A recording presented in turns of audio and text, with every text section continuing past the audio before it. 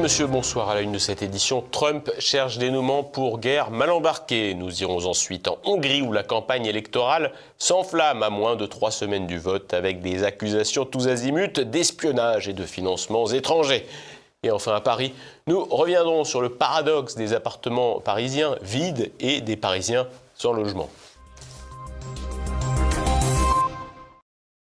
Donald Trump, dos au mur près d'un mois après les premières frappes israélo-américaines contre l'Iran, le locataire de la Maison-Blanche semble toujours en quête d'une porte de sortie. Le point. Il faut sauver le soldat dollar. Après 25 jours de guerre contre l'Iran, l'alliance israélo-américaine fait face aux conséquences des opérations. Ainsi, la fermeture du détroit d'Ormuz, véritable nœud stratégique iranien, entrave le trafic pétrolier mondial, fondement de la monnaie de l'oncle Sam.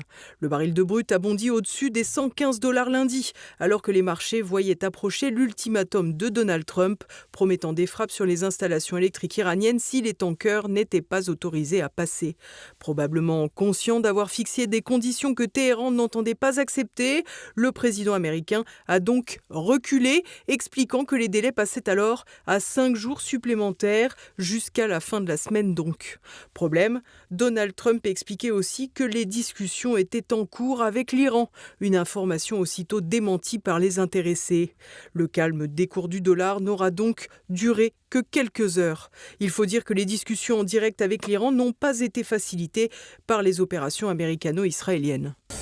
Nous avons éliminé les dirigeants lors de la phase 1, de la phase 2 et en grande partie de la phase 3. Mais nous avons affaire à un homme qui, je crois, est le plus respecté et qui est le dirigeant. Et vous savez, c'est un peu compliqué, ils ont éliminé tout le monde.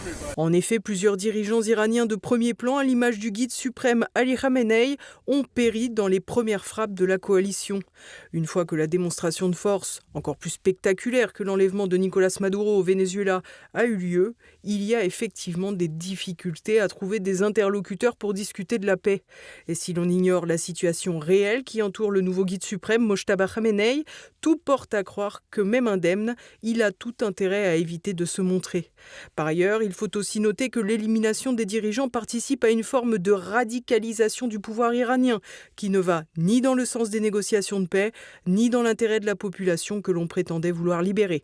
Il est à noter que Khamenei avait prononcé une fatwa interdisant les armes nucléaires et rien ne garantit que son fils, désormais